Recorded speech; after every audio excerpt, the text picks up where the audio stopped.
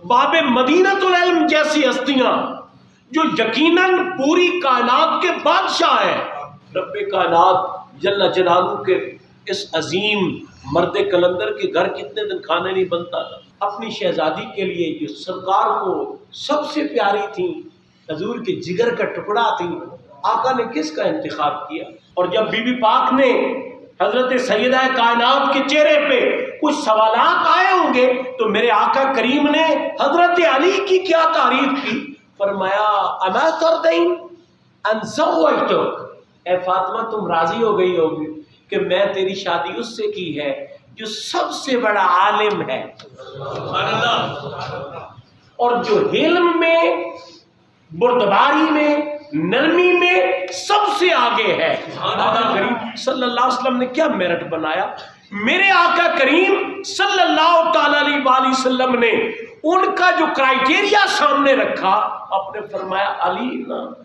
جو اس کی مالی پوزیشن ہے وہ اپنی جگہ، لیکن علم و عمل میں سب سے اونچا نظر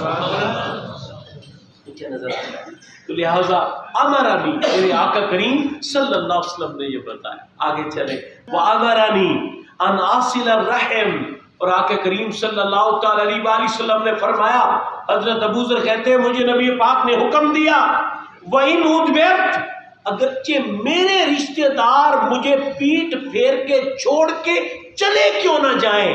میں پھر بھی ان سے جوڑ کے رکھوں۔ اس چیز کو آج کے دور میں اس کی بڑی احتیاط ہے۔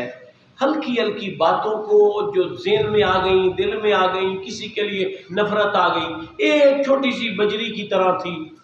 اس کو ہم نے گرا نہیں دیا، اس کو وہاں سے اٹھا کے پھینک نہیں دیا، بلکہ اس بجری کو بڑھاتے رہے، ذہن میں اس کو پروان چڑھاتے رہے، ایک بہت بڑا وہ وہاں پہ پتھر بن گیا،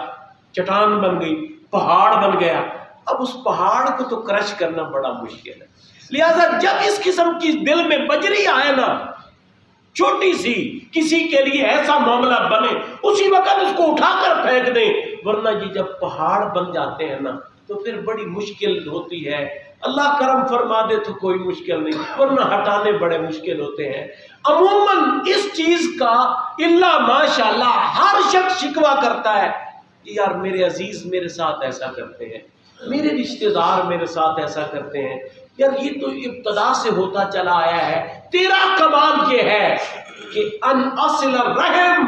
تیرا کام یہ ہے تو ان کے ساتھ جوڑ کے رکھ،